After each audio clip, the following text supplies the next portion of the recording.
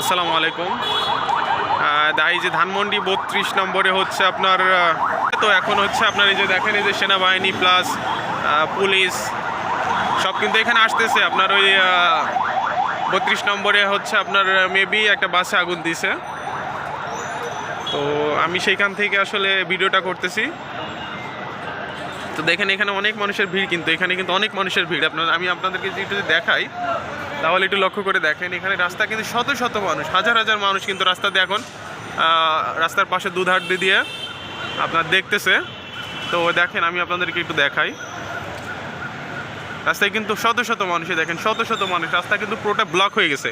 এই পাশে কিন্তু কোনো রকমের কোনো বড় গাড়ি আসতে পারতেছে না।